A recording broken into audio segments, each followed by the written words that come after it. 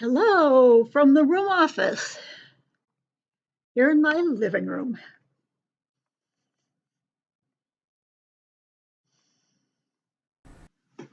Hello from the room office here in my living room. Hello from the room office here in my living room. Hello from the room office here in my living room. Hello from the room office here in my living room. Hello from the room office here in my living room. Hello from the room office here in my living room. Hello from the room office here in my living room.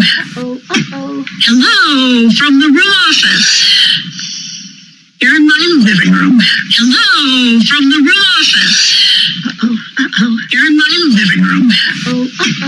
Hello from the room office here in my living room. Hello from the room office. From the room office here in my living room. Here in my living room. From the room office. From the room office here in my living room. Hello from the room office. From the room office here in my living room. Hello from the room office. From the room office here in my living room. Hello from the room office. From the room office here in my living room. Hello from the room office. From the room office here in my living room. Hello from the room office. From the room office here in my living room. Hello from the room office. From the room office here in my living room. From the room office. From the room office here in my living room. Hello from the room office. From the room office.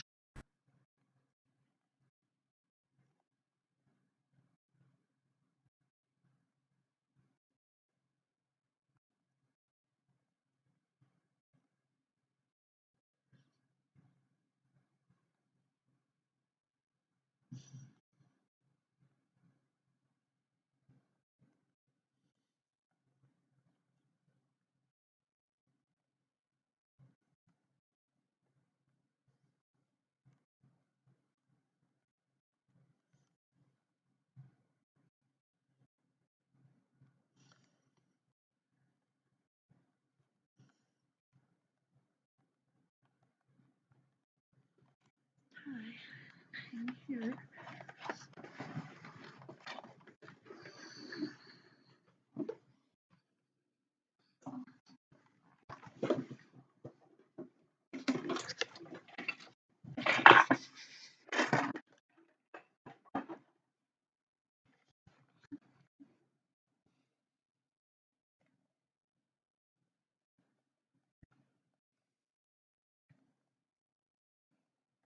Hello, I'm here, but I'm having a few technical problems, so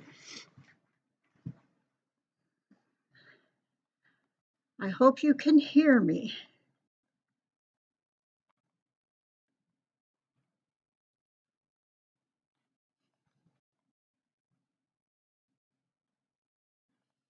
Hi, Katia and Zen Mama, and is it Fred?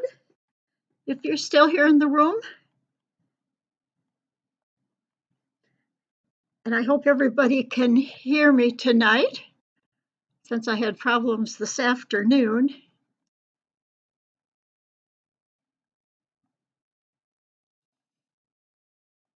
Hear me and see me, I hope. Oh, great, thanks. I'm glad you can hear me.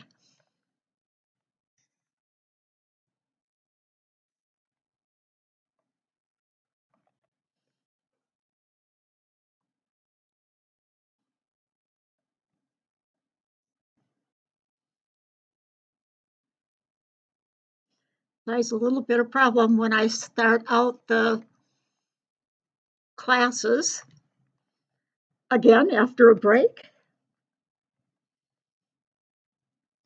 So well, it's 6:32. Wonderful. I'm glad you can both hear and see me. Much better than this afternoon when it took quite a while to get the sound going. So let's see. Whoops. I'm going to pop out this chat window so I can see it better. Okay.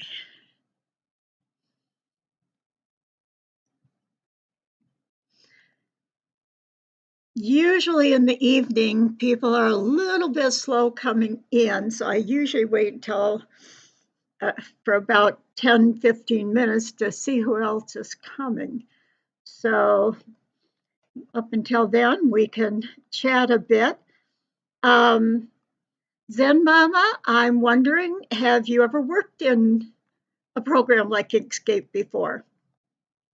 Do you have any background in computer graphics or drawing programs, or are you brand new to it?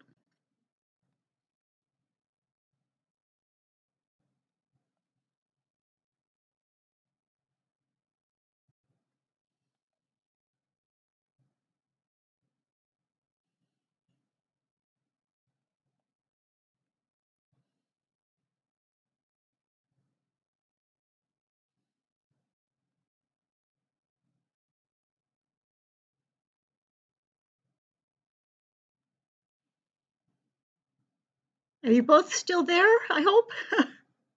And can still hear me?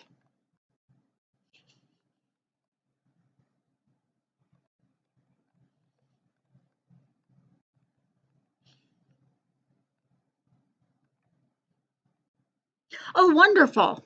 Wonderful. Yeah, if you've used Photoshop, in fact, okay, you haven't used Inkscape. Inkscape, have you used Adobe Illustrator at all? Um, Inkscape is more like Illustrator than, great, thanks, Katia. And every time I pronounce your name differently. So,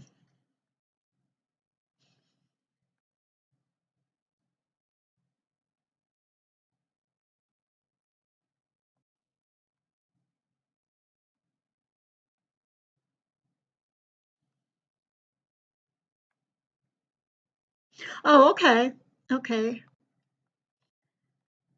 Well, I think as if you've used Photoshop, you know it's an image editing program, and in your computer screen, like your computer screen in your TV, Photoshop, has pixels, all the little square boxes that make up the images.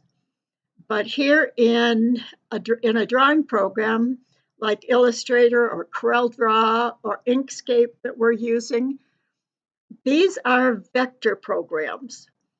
And what they are programs that are based on mathematics rather than pixels. And there's mathematics behind how the pen tool works and how everything works. So that's your basic difference, and it makes it um, better than to control resolution and everything. You know how when um, when your resolution changes, it can change the picture in an image editing program some. When you try and scale it up or down or make it larger, smaller, but we can make things larger and smaller here without any problems. So that's mostly the difference. Yeah, I know we had some people that were planning to come tonight, and it's kind of the time of day is kind of difficult because some people may be just getting ready for supper, some might be done, but it's that time of day when the difference of an hour, and especially 2 hours from the east to the west coast, is makes a difference as to what part of the day it interferes with.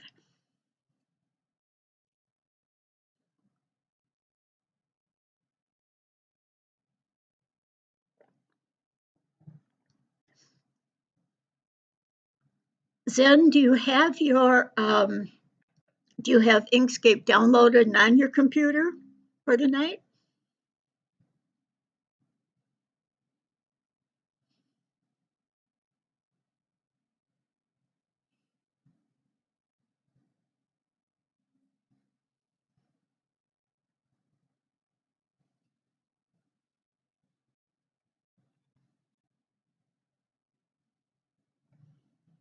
Oh, you're in Southern California. Okay. I'm actually in northern, very northern Colorado.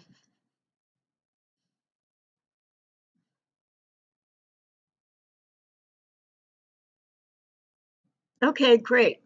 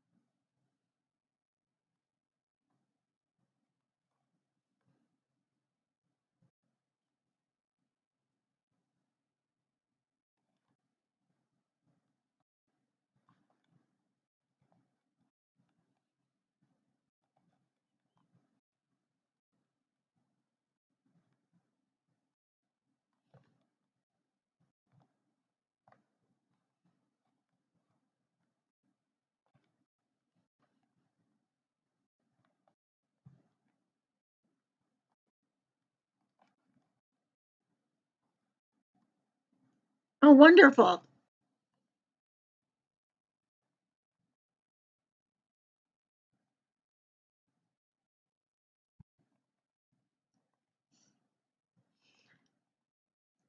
For tonight, we're probably good. I'm just going to um, show the couple basic tools that we'll be using for everybody who's new. And I know we'll have some new people watching the replays, so they can't make it to class time.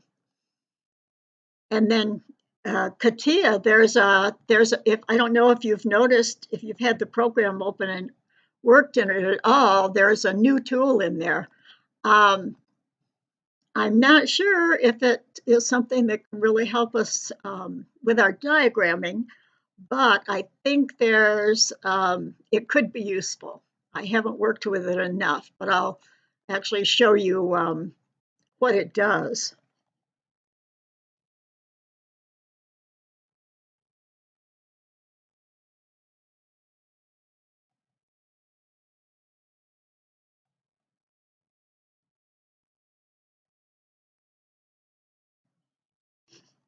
I might as well start. Yeah, some, yep. I don't know. Did you notice the shape builder tool? It's right underneath the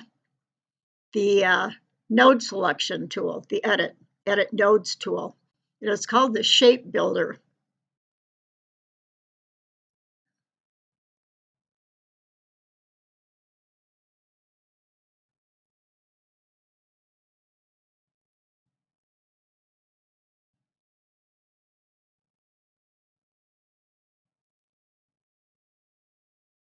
Hi, Pam. Wonderful to see you tonight. How are your new teeth doing?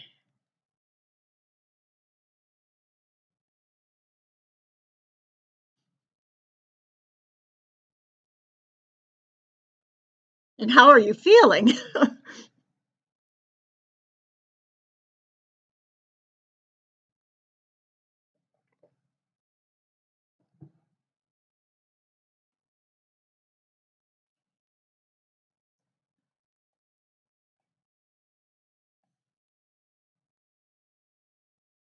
I'm talking to you, Pam, but a dynamite sore. Oh, yeah, I imagine.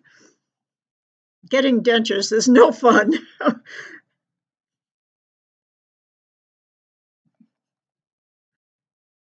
but it's really nice once you get used to them. It does take a while, though.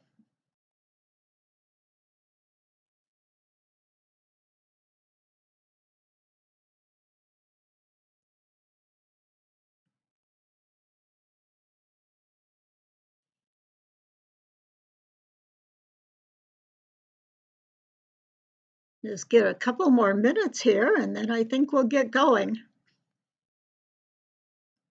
Sometimes I wonder if maybe I should put the class starting a half hour later. Um, that makes it a bit late for people on the East Coast, but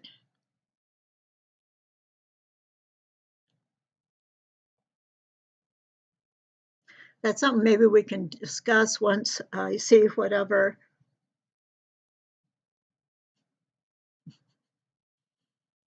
Um, we can discuss when we do have more people coming. I know a couple people, two people that planned to come weren't able to make it to tonight's class, but I'm going to switch you to um, my screen, my Photoshop, or my Photoshop. Now I got Adobe programs on my mind, my Inkscape, my desktop on my computer.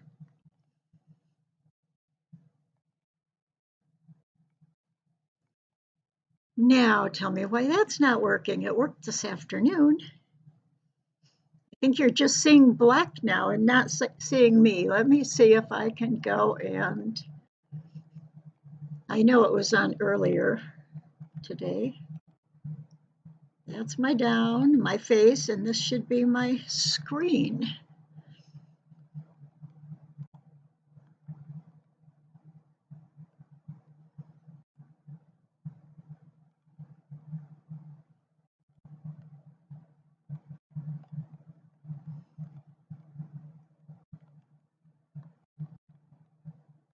Saying I don't have any sources.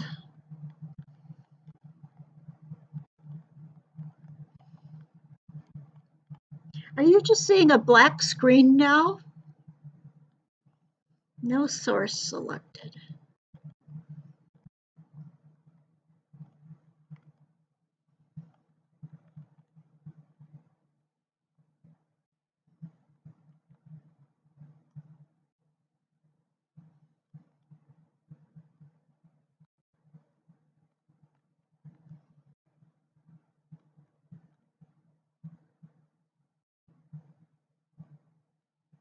Yes, okay. I'm working on it then.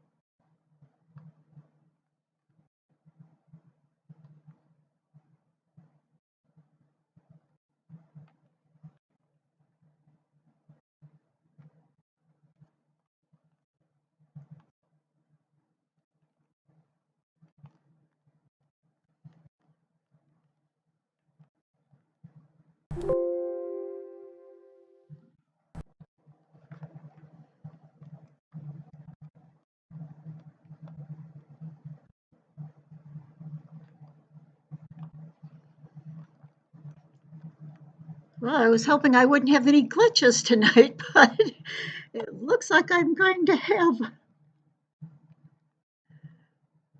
some.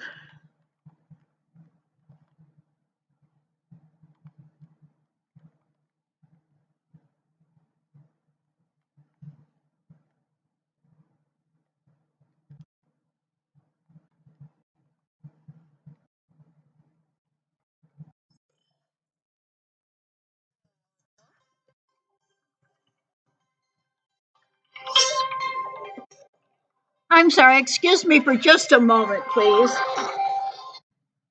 Hello? Yes. Esther. How are you? I'm fine, but I am right in the middle of doing a class. Oh, call me later or tomorrow. Okay. Okay, bye. Are you home? No. I don't get home until Monday. Oh, I okay. need to ask you a question. Okay. I'll give you a call Okay. tomorrow. Bye-bye. Okay. Bye. Sorry about that. Yeah, if I can get the screen sharing, I'll be all set.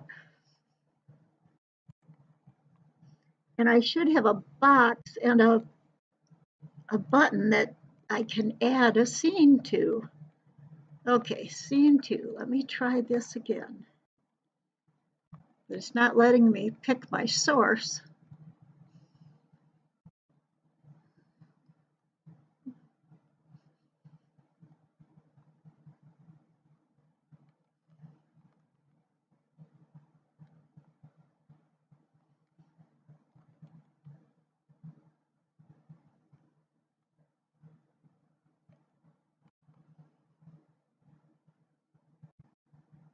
I'm going to reset my streaming program a minute.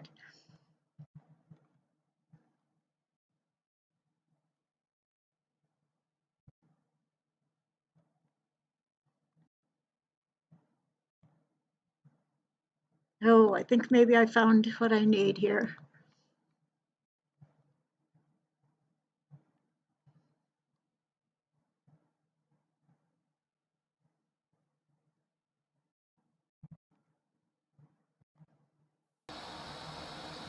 Nope, not that one.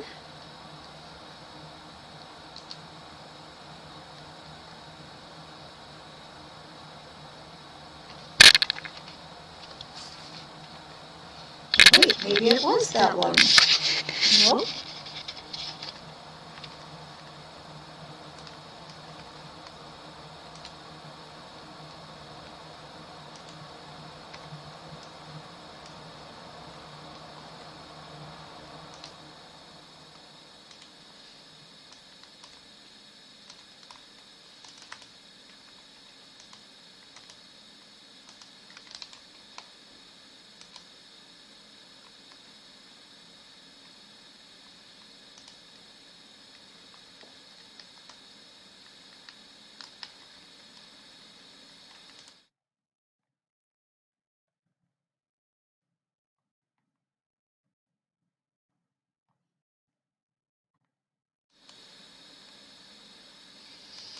Well, I'll be darned. Oh, you're on the Mac. The newest version, which I think is 1.2 point something. You want to download the newest one. And I'm not on a Mac, so I don't remember exactly. I could go in there and look a minute. I'm still trying to get my... Hi, Fred. It is Fred, right?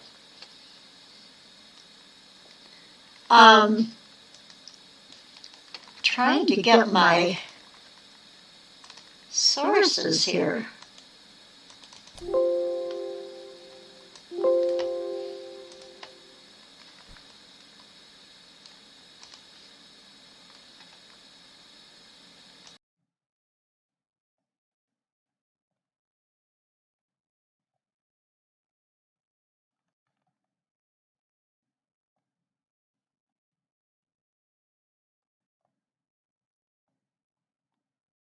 Hi, Sherry. Well, we're supposed to start on the half hour, which is like would have been 20 minutes ago. But a lot of times people come in later for this um, class. So we actually haven't started a lesson because I'm having trouble getting my desktop to show.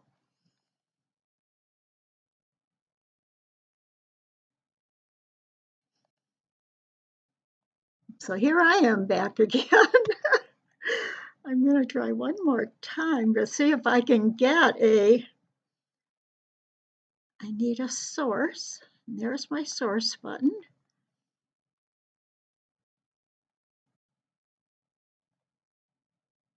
Oh, maybe I need that. There it is. All right. You should be seeing my Inkscape program with my little birdie picture on it.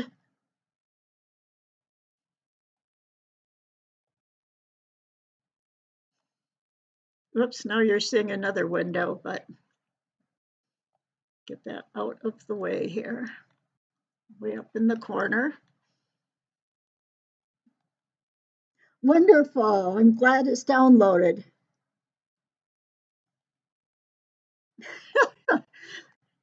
It's been a little cranky, Sherry, but I'm finally this afternoon it was, the audio and now it was the video. So,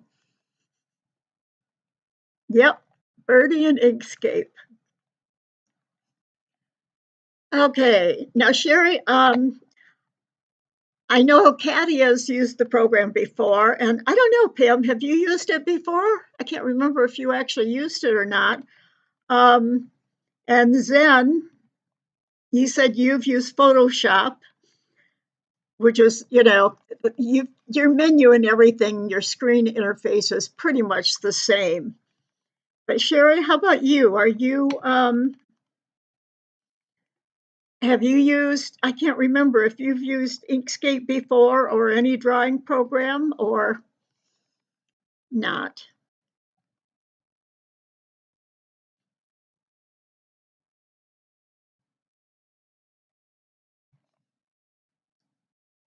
I'm gonna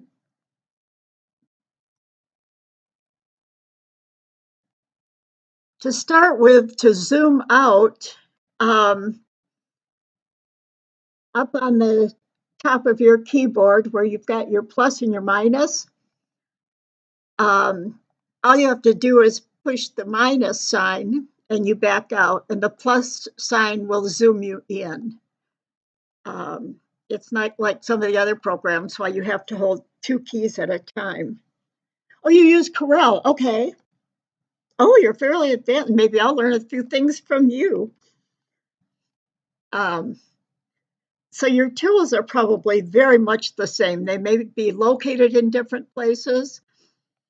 And then, just like Photoshop, we've got our file menu across the top.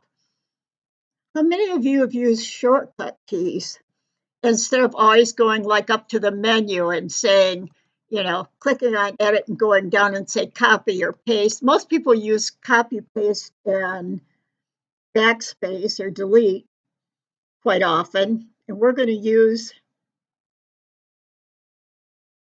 Yes, they will, Sherry. And even a lot of the shortcut keys are too, which I really recommend using. And when I talk you through the things I'm doing, I'm going to be telling you the shortcut keys.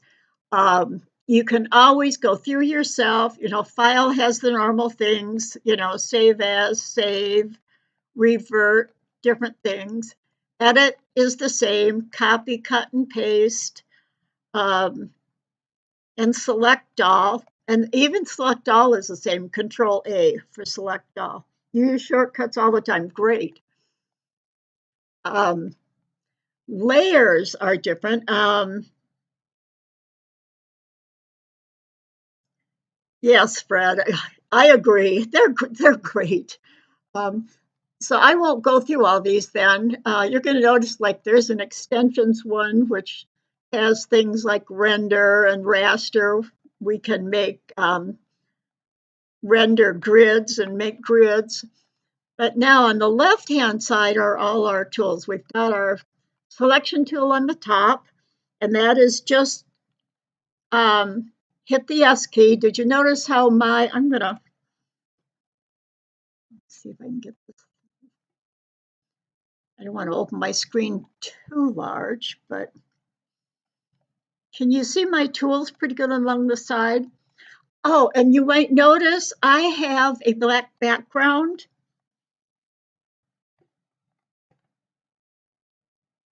Oh, a DOS version of AutoCAD. Wow. I never worked in an AutoCAD program. I learned on the Adobe programs. And one of the reasons I'm teaching the diagramming and design classes, I think some of you know my background already, and you were in the class this afternoon. Zen Mama, I don't know if, I'm not sure if you were in the Tammy's class this afternoon or not. Um, oh, not this afternoon, yesterday. I got in really late. Um, but I have a background in multimedia technology, and we used all the Adobe programs. But I do love Inkscape. It's really nice, especially being free. Yes, they're all easily visible.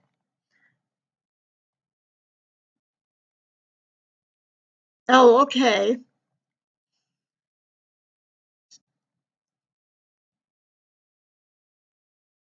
I gotta think of where I want to go now. Okay, this is what I've made. Now, I think AutoCAD actually does have, don't they have nodes and everything? And our main tools we have here, though, are, well, number one, our selection tool. Whoops, up on top. All you have to do is press S to get to that. That's what I have right now. If I press N for nodes, notice how my arrow changed to a skinny little triangle-y thing rather than now it switched back to the selection tool. So we've got the selection tool and the node tool. When you draw in, I'm going to show you the pen tool. The main tool that is used, we can use both objects, like we have a rectangle tool, an ellipse and arc circle tool, and those make objects. Okay. 15 years ago, that's part of my problem is my background. There's been times in between where I didn't work on the computer at all, so I've been pretty rusty on some of the things. But our main tool here is the Bezier pen tool. It draws Bezier curves. And if I click on it, notice I have a pen tool now. And the pen tool, if you click it once, go over, I can put it anywhere, but it's always, if I just click once, it's always going to be a straight line.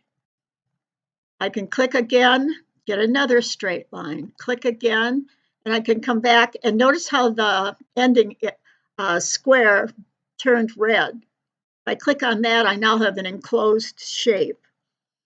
And because I made it with a pen tool, it's going to have nodes on it. Now, what I don't have any, I've got a fill here. My shape has a fill. And if I don't want the fill, I'm going to come down to this lower left-hand corner, the big white box with the X in it. I'll click on that. And notice my fill went away, but I don't have an outline, of which is called a stroke. I don't have a stroke anymore either. So what I need to do is right below that white box, you'll say, it says fill and then stroke. And stroke in mine says unset. Now I don't know if you guys didn't get a fill, you probably have a stroke on there. Or if you see nothing like is on my screen right now in the area you've selected, it would say unset down here. To set the stroke, all you have to do is hold your shift key down and then right above where this white and gray boxes are, notice to the right of that, we've got a whole color palette. The very first, right here, the very first one, if I click on that, it says 90% gray because I don't have 100% black line I'm using. I just clicked on that, and there's my stroke. So I now have an outline, but no fill. And because I drew it with the Bezier pen tool, if I go up here and click on the nodes, I'm going to zoom in on this shape more.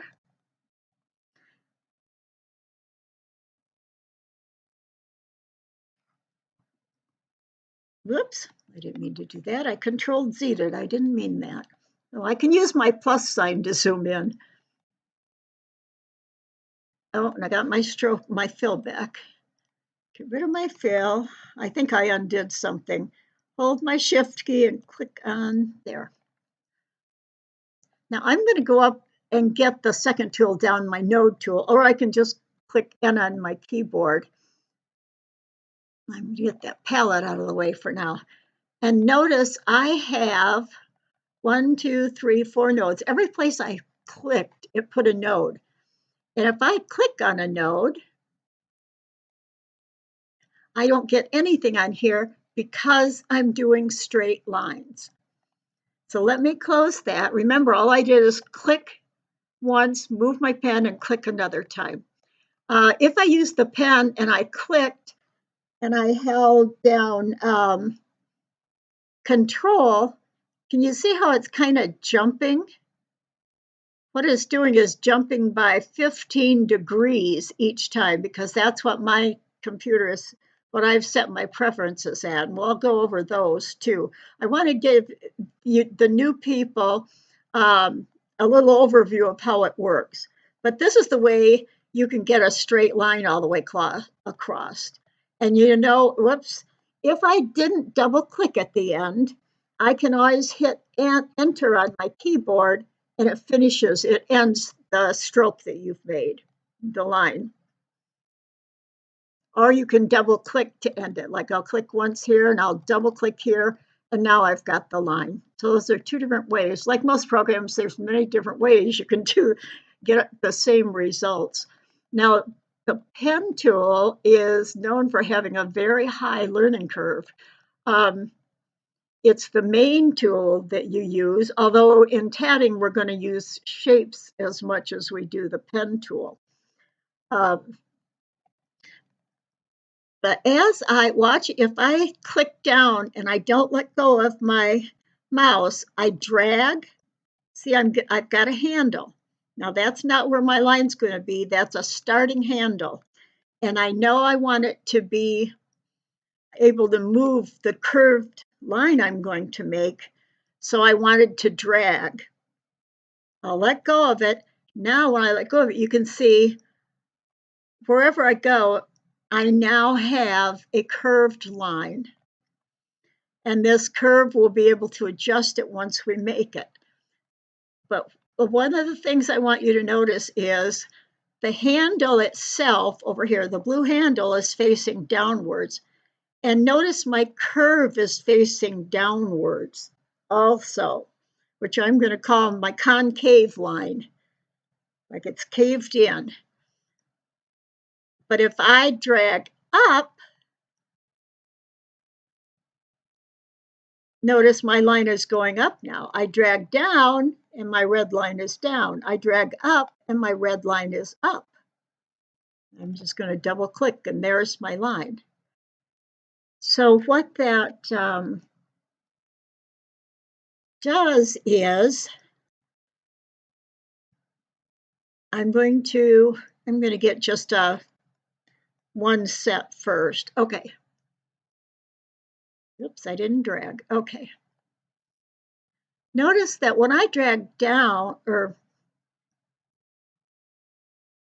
drag down this way, my line is going up, following upward. And this way it's going downward. What it's doing is, because this handle is up, it's going up. And when I go down, it pulls it down. And I can move this all around. You can get your line twisted up too, sometimes. That's why it can be hard to control if you haven't used it before.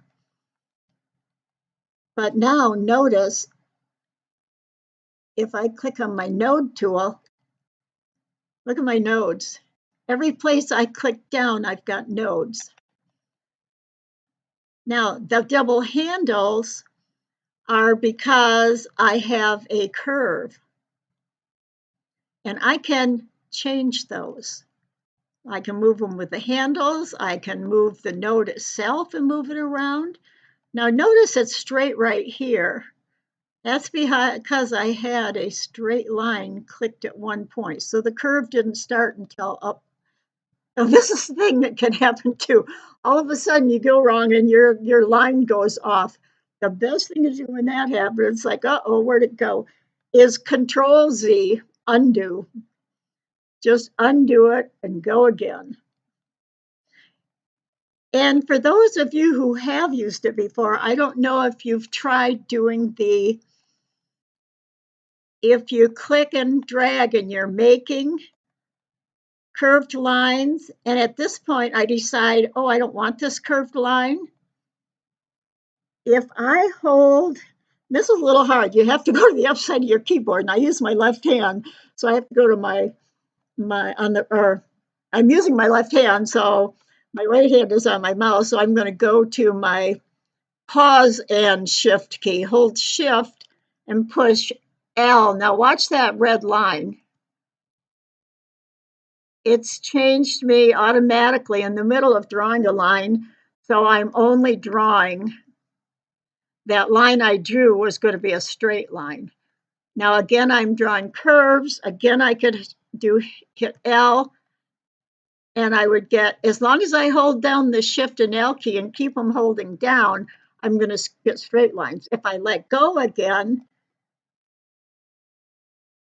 oh, I'm not getting my curved lines back. Let me try Shift U. Let me see if that gives me, yeah, Shift U gives you back your line. And that's something I don't think I've shown before.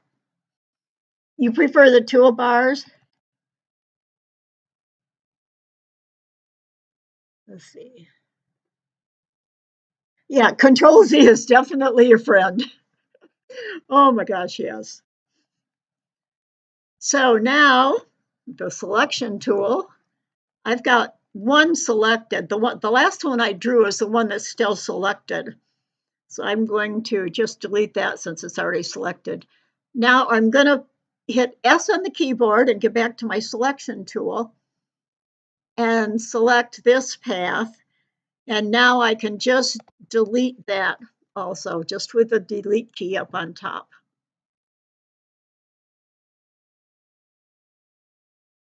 Yes, Katia, you can.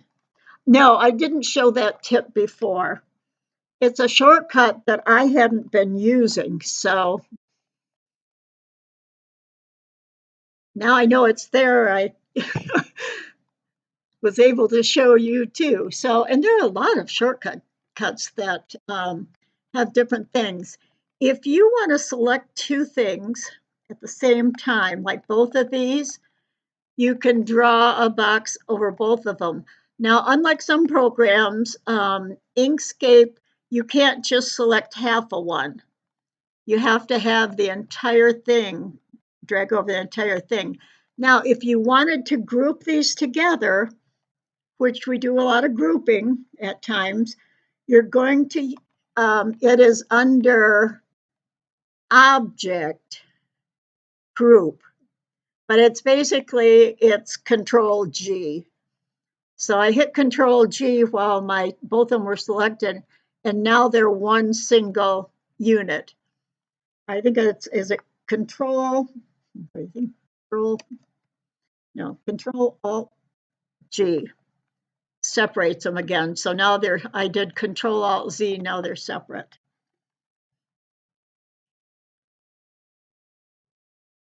The other thing we can do besides drawing, and the Bezier tool is good for especially drawing around shapes like a leaf or things like that. But we also have shapes. Now I'm going to go over here to the ellipse arc tool, circle tool, and that's actually labeled E for ellipsis. And I'm just going to click on it and drag. Notice I can, as I drag, I can shape it. And it moves slowly. The other thing to notice is when I draw, notice where my starting point is. It started at the left side and it's growing to the right, or if I go up or around, but it's truly easily movable. If I wanted to draw a perfect circle, I could hold down the Shift key. Whoops, I'm still getting a. Okay, I'm holding down both the Shift and the Control key. Now I'll get a perfect circle.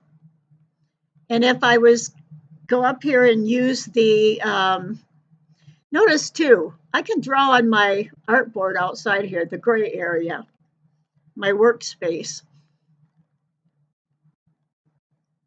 If I draw a rectangle, again, I can move it smoothly. And I'm going to draw one to the right now, but I'm going to hold Control and Shift. Notice how I could make it a rectangle, but if I get in the right place, it wants to just pop into a square. So if you hold Control and Shift, you'll get a perfect circle or a perfect square, but it is going to go by those kind of increments as it is. Again, what do you have? Now this is the nice thing about let me go down and get this bird. I should get rid of some of these circles, I think 2. If I select all of my bird, notice I've got, if I zoom in here, I've got about, 3 different boxes. One of them is, there's my sketch underneath. We can pull in our sketches to copy. I thought I had, maybe I have them grouped. Oh no, there I go. They're not grouped. They're all in pieces. But I could group them. Today we're just going over the main things. So the interesting new tool is the shape builder. And I want to show you on these rectangles.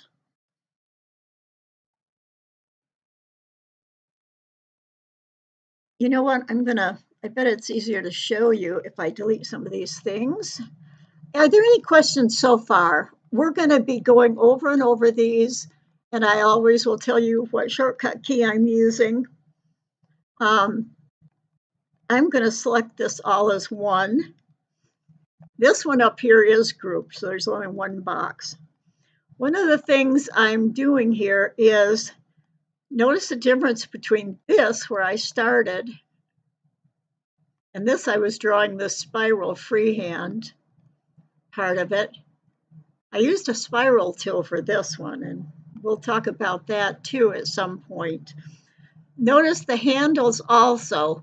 If you click once and select, you can change the width,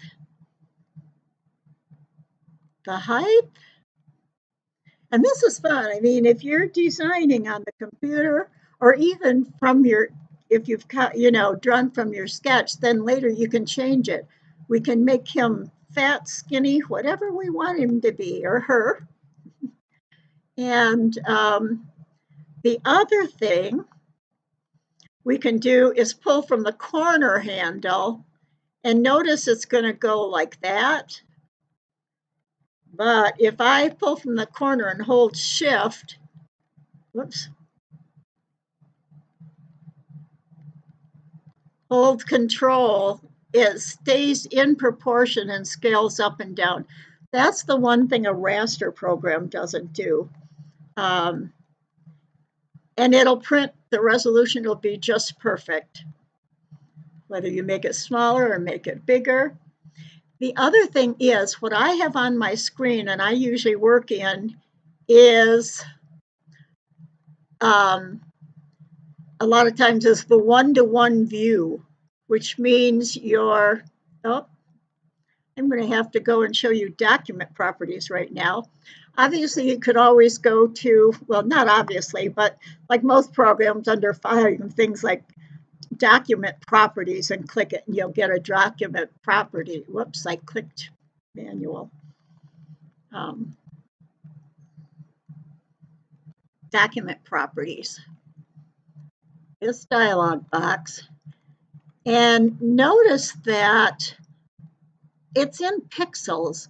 It has stayed on US letter, which I usually use. Other people prefer, if you click on it, there's a whole drop. A lot of people work in A4, like in England, they use A4, and different places in Europe. I usually work with an 8.5 by 11, the regular, whoops, I clicked legal size, letter, US letter size. But what I do is I usually change mine. I did change this already, inches. The other, notice my display units up here are in pixels, but you could also choose millimeters. I'm going up to this top one right up here and picking inches. And the other thing in the dialog box, notice here's your width, your height, orientation, portrait or landscape version. I think that's all right now. Oh, you can have grids and guides. Shows you your guides. These are your color of your guides. And like I said, most of this today is kind of a quick overview of everything to get an idea of what the program can do. So now I've got it in inches, but notice how big, I'm zoomed in. Notice how big the inch marks are. They aren't the actual size of a ruler. However, if I go here on the menu to view and I click zoom, notice I can zoom in or out by using this menu. Also zoom to one. If I click that, notice now, I think I have a ruler right, oh, you can't see my ruler. But if I hold it up, this is exactly an inch on a ruler. So it's exactly what you will get. Anything out here, though, in the gray area, I save different versions. Like this is where I started. I saved this one. After I do a little more on the bird, add more to it, or take things away, I will go up here and put a third step. I like to keep all the steps that I've gone through. If I want to go back, if I don't look what I'm doing and things have gotten messed up, I got a copy right here. All I have to do is select it, do Control C for copy, Control V. I don't know what the thing is with paste being V. Maybe somebody else knows why the paste tool is always V. I think maybe because it's next in line. You've got Z for backspace, X for cut out, delete, C for copy, and V for paste. It's the next key next to those three down there. So I think that's why it's the V key. And so I can go back and start from a previous version. I want to also show you, because we've talked about the nodes, if we draw a circle, I'm going to hold Control and Shift to get a perfect circle. Notice the other thing, if I don't have Control and Shift, notice this is drawing from this right, it started at the left side and is expanding to the left and down, or expanding to the right and down, or the right and up. But if I'm holding down Control and Shift, it is actually drawing from where I put my mouse on and clicked first. It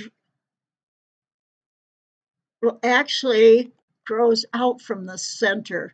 There's not much difference. It really doesn't make a difference, I don't think. But there may be a time when it does matter. Now notice when I make the circle, do you see any of the, well, these look like nodes, but they're not actually real nodes because the square and the rectangle, square rectangle tool and the ellipse tool draw objects.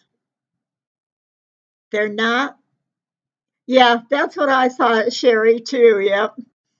Um, these are not editable nodes like we got when we used the Bezier pen tool. And if I click on let me get rid of one of these with my, I'm going to get rid of that one.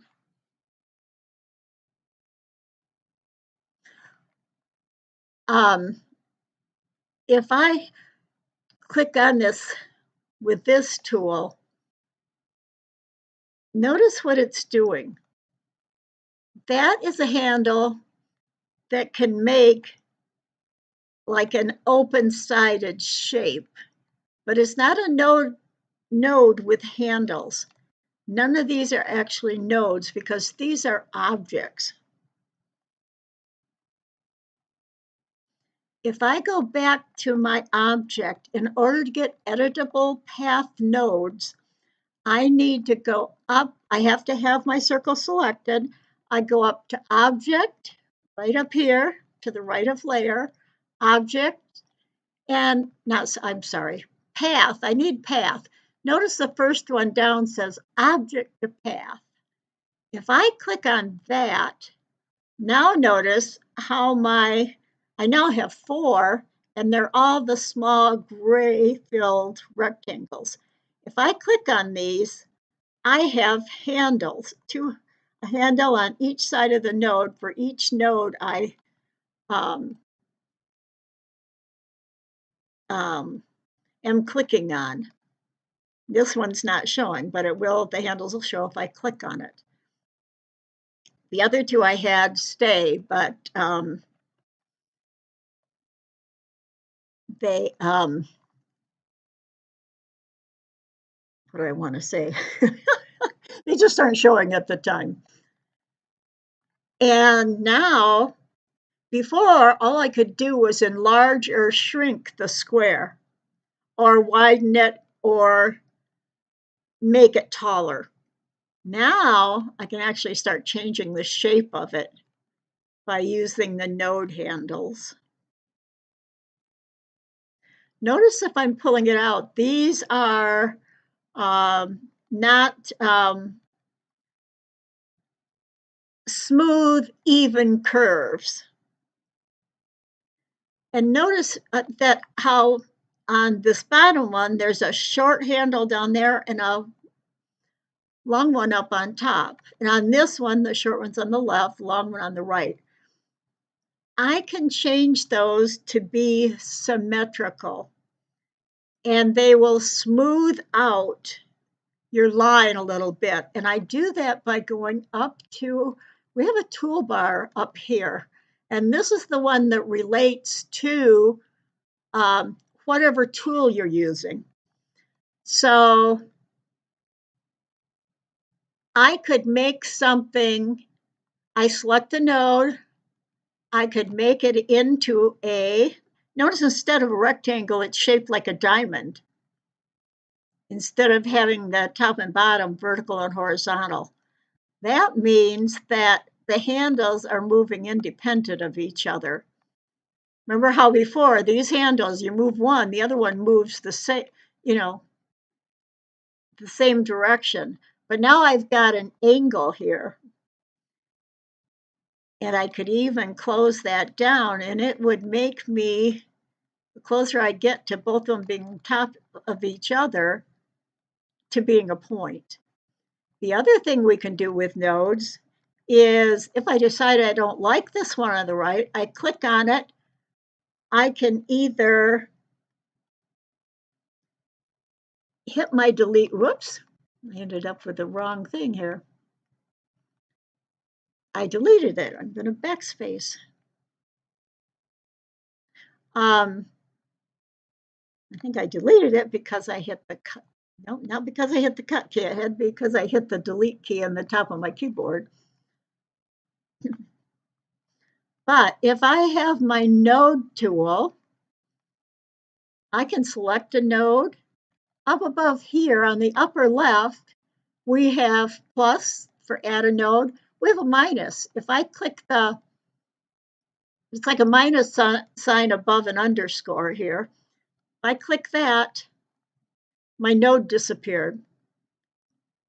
If I double click on a line, I can add a node rather than going up here to the plus sign for add a node.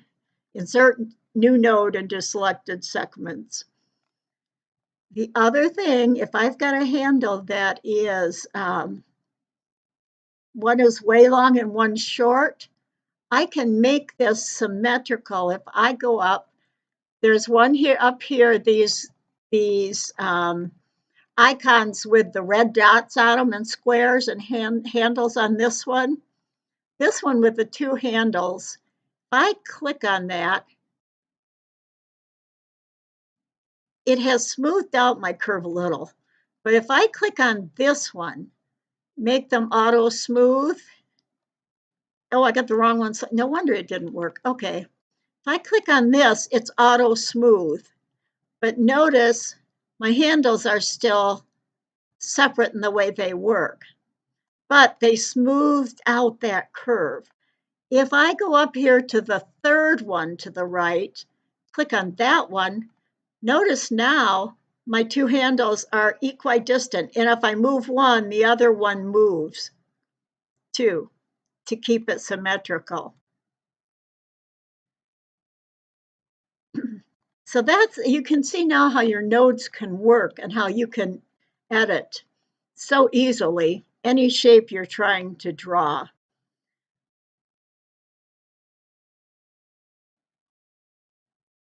Let's see, what else do I want to show you tonight? Oh, okay, I'll go back to the objects. Oh, I did show you that how we turn even a square. If I draw a square, I don't have, I'm going to go to my select tool, get rid of this line, that line down there.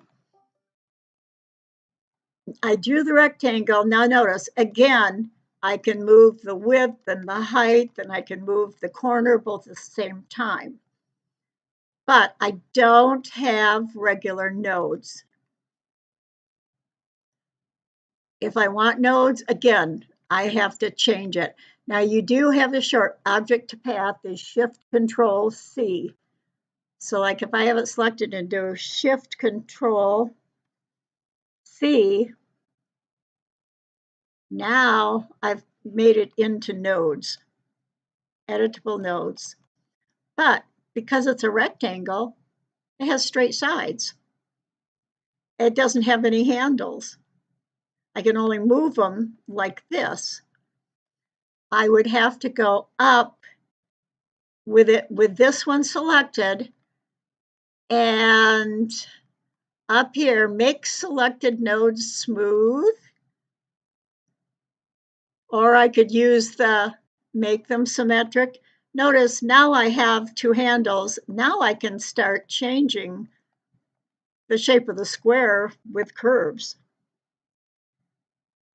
Ready? No, it's just called the node edit tool. Oops, that's a pic. Node tool. It's called the node tool. So these are the things we're going to be working with, the main things. Now there's something new that I want you to see, and I am not sure. I just dragged around it to select it, and I've deleted it. I want to again draw a square. Now I'm going to go and click on the circle tool. When I do circles and squares, I just use the toolbar to the left. And I'm going to add whoops.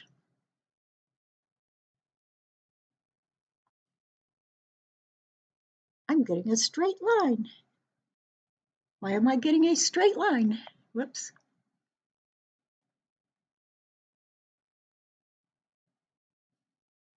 It has to be because of something the way it's set.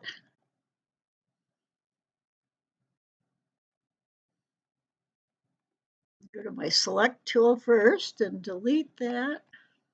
Go to my circle tool.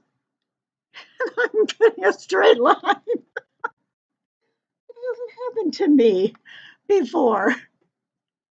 And I know it's something. Let's see if I go change radius. Notice up here, I can change my radius and all, and I can start and end. When I have the circle tool, I should have a circle, like it should say, like if I want a 3" by 3" circle, I'll put 3 and start. Oh, this is a start and end. Why is it not switching to my, I'm going to switch to the star and polygon. Okay, my star tool is working. That's another shape we can make using this star and polygon tool. Notice that I made a star with 5 points. Notice up on top here above it, corners 5.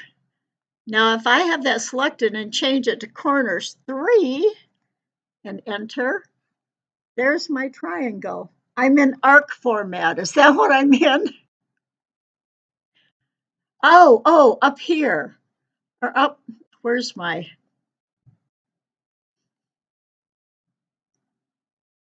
why don't I have my circle things up on top?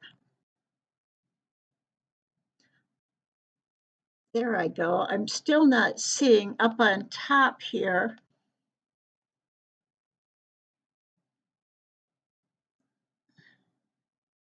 Notice the line across it. That is where I can grab the handle, make it into a 3/4 square and all. And usually right up here on top, it should have my choice to turn it into a total circle. Maybe you could help me with that, Katia? I know it's usually right up here on my top bar, and I'm not seeing it. Oh, what if I right click? Nope. Let me select something.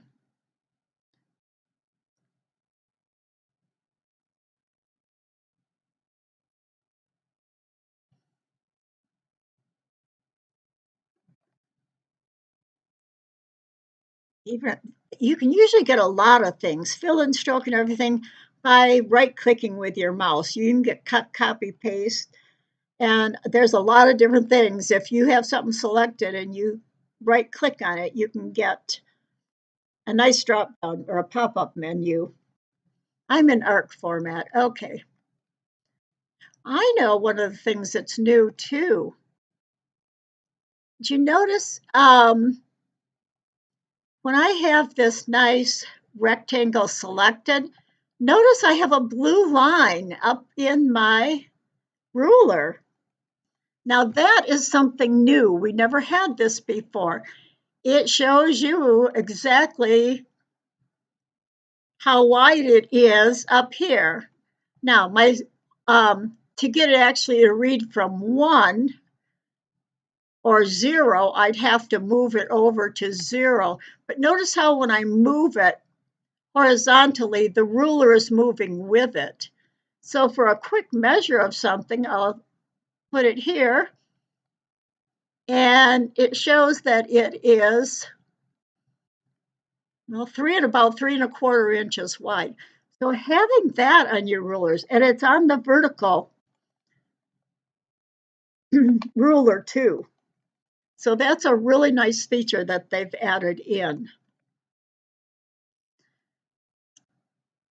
I'm thinking again about what I've missed and what I've said. Oh, I know. I was going to show you the shape builder tool, and I'll just use what I have here. This down here is a 3D form tool. Notice I get a 3D block, which we don't usually.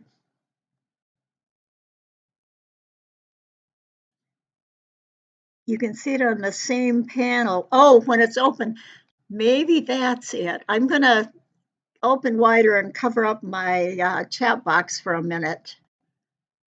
And then I'll go to my circle. Is it because my chat box isn't open all the way? Go to my, oh, here it is. Okay, if I've got the circle tool selected and I didn't have my Inkscape window open wide enough, here's what I was looking for. Notice if I draw this, I'm getting that 3/4 pie piece there. And notice up here on these three right here, you can see this one is showing my 3/4 shape. This one, if I click on it, it takes off the line between here. However, notice if I'm going to go down to fill, and I'm going to click on this black box just to the right, or I'll click on a color. I'll click on the red color down here. That is how my circle fills. I could move this and manipulate it by hand. If I go to switch to arc and unclose shape, notice it lost the line, but the fill still fills in a line. If I go to this shape, it changed it just a little more. If I want a full circle, see the nice bright red round circle here? That gives me a filled in shape that's got a stroke on the outside of it, and it's totally filled in. If I go now, it's selected. I'm going to click on the white box with the X in the lower left corner, take out the fill. Another thing to notice, down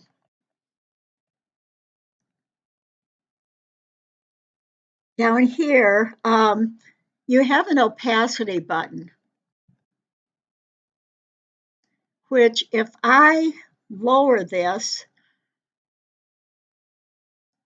you're going to notice my line in this box. So I'm going to get rid of this box.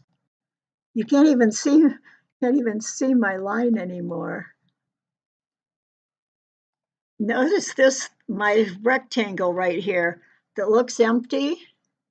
It's because my opacity is down to 0.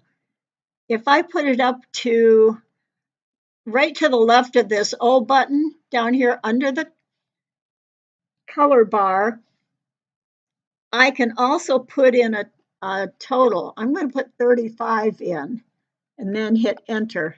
Now my line is 35% opacity. It looks like it's dark gray, but it's not. It's a lighter shade of black because of, and it's only a visual effect. I'll go back to 100, and there I'm back to 100%. If you wanted the line itself to print out in a light gray color for a grid or something that you don't want to be dark black lines, you want the grid there to draw on, but not to show, you'd want to pick one of these grays down here next, right on the color bar, but to the far left. I could pick different shades of grays. Now this is going in the fill, but if I hold my, I'm going to take the fill out. If I hold my shift key down, you'll notice that I'm actually changing the physical color of the line. So when this printed out, it would be a lighter line. If you wanted to use it for drawing templates and things like that, you could print out your shape or a grid and have a printout gray color. And for anybody else, if you saved this to a PDF and shared the PDF, it would print in the gray color because that's a color that's on the line now, not just a visual opacity that's lower or higher.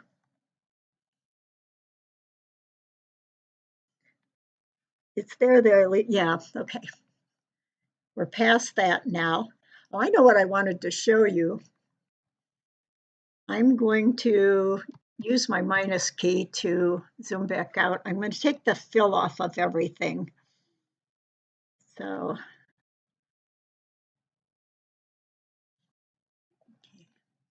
and I'm going to overlap some of these shapes. I'm going to take off.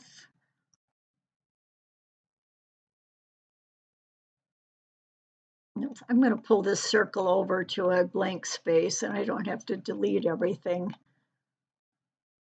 Oh, I got a red beak right there. Okay.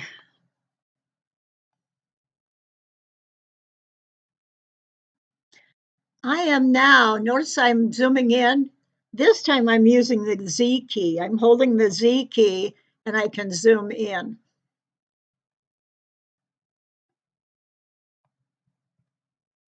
Okay, what else do I want? I want a square overlapping that. And maybe I'll even put a star overlapping that. Whoops, I'm gonna get a triangle, that's okay. We'll use the triangle overlapping that. Get rid of some of these other things. Okay, we've got a triangle, a rectangle. Now they're just objects right now. But if I select them all and I go down to the third tool down, the brand new Shape Builder tool, I click on that. Notice it's given me a screen that looks like this. And notice everything that overlaps, as I move my mouse around, it highlights those individual squares. And even a little triangle. If I click and drag, I can connect two of them.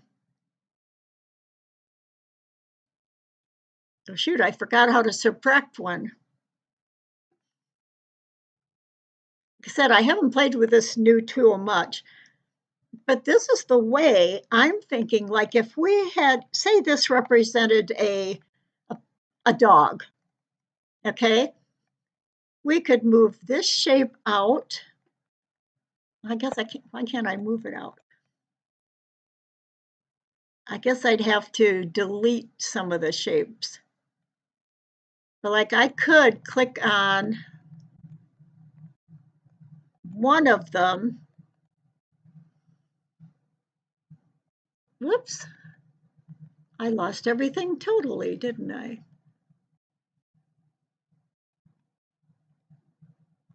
I don't know all the,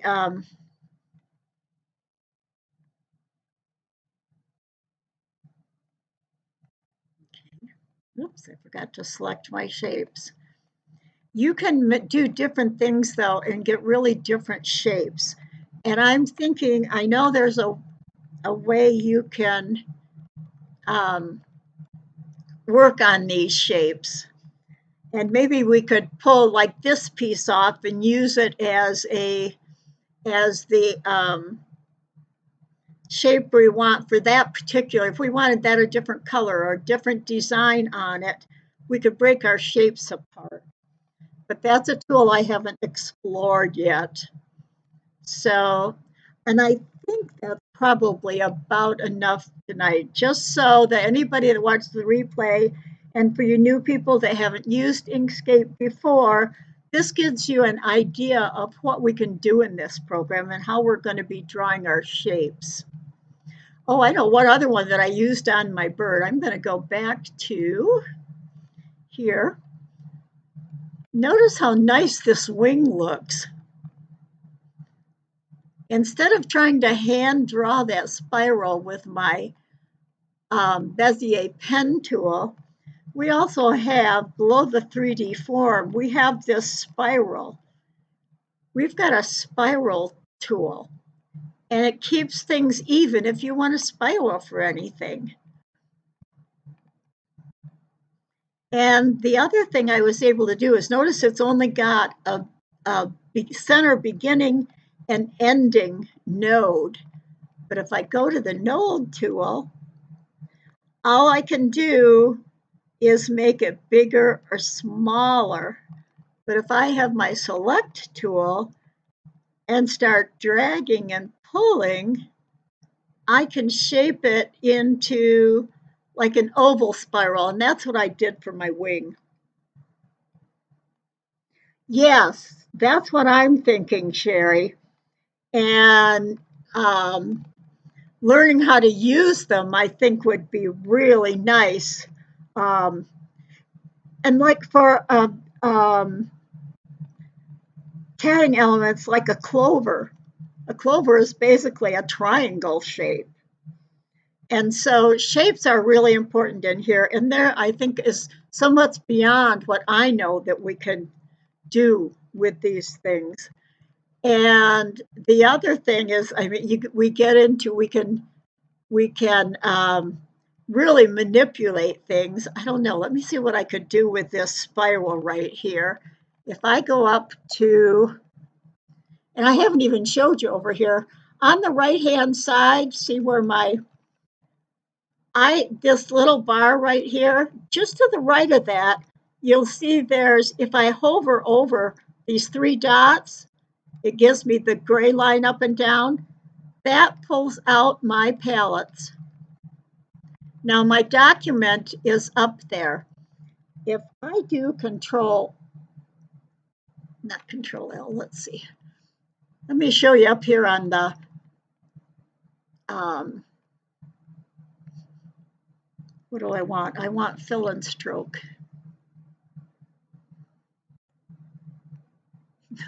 So used to having them here already. Do I have anything else up here? No. Here we go. This is what I want. This drop down arrow, click on it. Here's a fill and stroke palette. Here's where if I click on I'm clicked on my spiral, aren't I? I got my spiral. Let's bring it over here. Notice it says on the left hand on these icons, I'm on fill, and it says no paint. Let me select something over here and see if I've got. If I click on fill, it's going to fill with the black that I had selected before. Now I could go over here to the right and change it to whatever color I wanted. I could change it on this color wheel, change it to different things. But then again, if I click it off, and then I have to,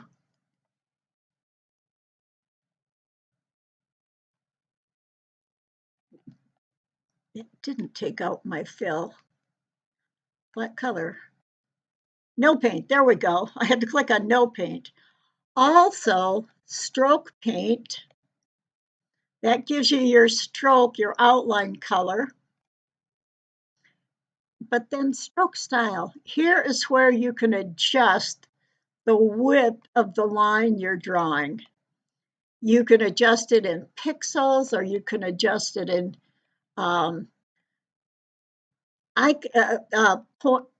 pixels or millimeters. I happen to like for lines to use points because to me that's easier to figure out what size I have. Like right now, my width is 0.75. Usually, if I go down to a 0.5 line, whoops, not 5.6. Do you see how my line got thinner? If I went down even more to 0.25, look, it's getting lighter because it's getting thinner. Notice how much thinner it is than this line up here that is a 0.68, or what is it, millimeters, 2.18 millimeters. So that's how you can change the width of your strokes. And I think that's about it for tonight. We've just gone over a lot, and just basics on how the program works. There's a lot of things with the stroke we can change and all. And as we diagram our patterns, we're going to um, start designing from scratch. And next week, I'll show you how to import your background image. Like Photoshop and Illustrator, we also have layers and objects. Here we have the layers of what I've drawn. And notice I have one that doesn't show. It's called leaf drawings. Over to the right here, my little eye is closed. If I open the eye, you're going to see this little guy right here popped up on the screen. That right there looks like just a paisley, but it was a leaf shape. I'm going to turn that layer off again. Like Illustrator and Photoshop, we can lock our layers, so whatever's on there, we can't move or change. Notice my image, my pencil drawing below there. I think that's layer 1. Yep, my image. If I turn that off, notice how my sketch disappeared. And we'll be using our layers and labeling them so we can turn things on and off. I had another thing. This lock is locked, but this one is unlocked. This is a lock over here. If I lock it, I can't select and move anything on that layer. I can still move the other things. Notice I jumped to a whole different layer other than I'm on the base drawings now. Rather than, I just closed up everything on the base by using this left arrow. My image layer, I can turn that off so I don't see it. So these are all things that help us work when we're diagramming. So we'll start diagramming whatever you start drawing, or you can draw your image on a computer. And we're going to talk about drawing simple shapes next week. Think about your dog or your leaf you might want to make, and we'll go through pulling in your image behind so you have it on a lower layer so you can use it for your, oops, that's my, let me go back. I go to my, my face now. Uh-oh. Now my face shot is gone. And wait a minute. No, I just got to get that out of the way. There we are. You must be seeing this now, my face. So we'll keep on playing the program. Just play with it and find things and see what you can do. Start with some shapes and triangles, rectangles, circles, and see what you can do with them. And just learn to move things around by selecting them and moving them just with your selector tool. And then we'll go farther next week. So are there any questions now? Did you enjoy the class? Do you feel like this has been helpful to you? That you'll be learning something from this?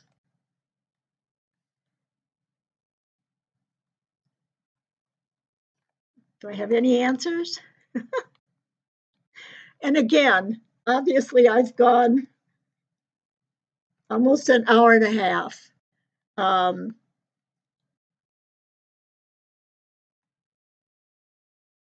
Thank you, Katia. You always filled with information you can use. Good.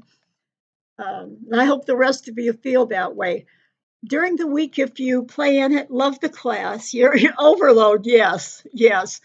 We'll go when we go through individual things and start rather than an overview of everything. We'll stick with one thing and use it and draw in a much more step-by-step way and put things together. Next week, I'll actually show you how to make your own template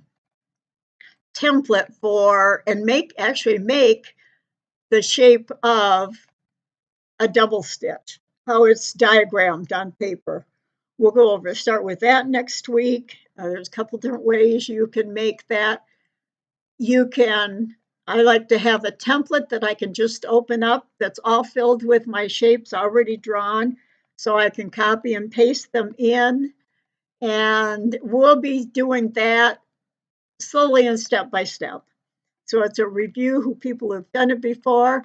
Hopefully there's some tips and tricks in there that you can learn. Um, and I always love your input and questions. When we have, not as many students in the class like the regular online class, I can keep up with and answer questions as we go. So always ask questions. I'm open. If I can't answer it, teardrops for let me show you real quick. Let me flip back to my screen for just a second. Whoops, that's not it. I can't say if I've got my screen or not because I moved that out of the way. I can't figure out why I've got so much of my screen is covered with these boxes down here and not what I'm. Oh wait, there it is. Okay. Are you seeing my face or my bird?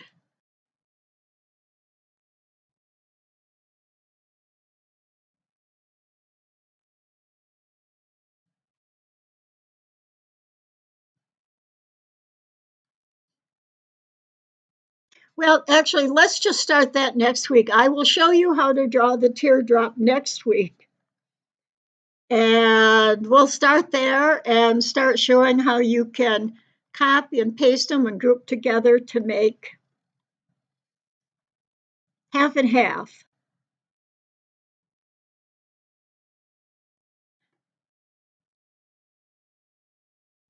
I'm not sure what your half and half means. Are you seeing half me and half the screen? Oh, you're seeing me now.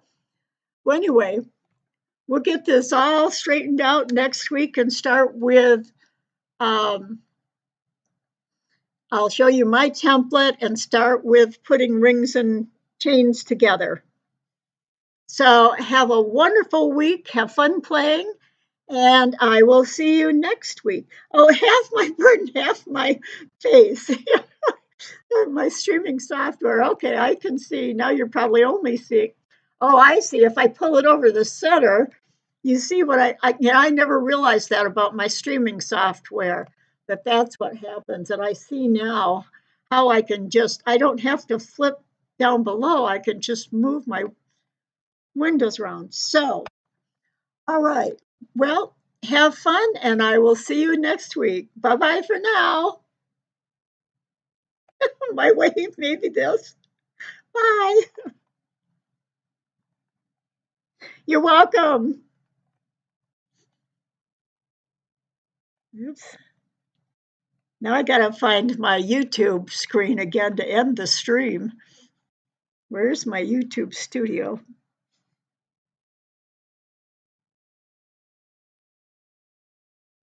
Oh, here we go. I have my chat box up, but I need to see the rest of my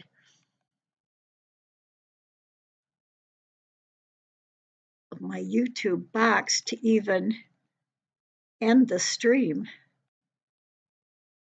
Oh, this is it. There we go. Now I can end the stream. Bye-bye.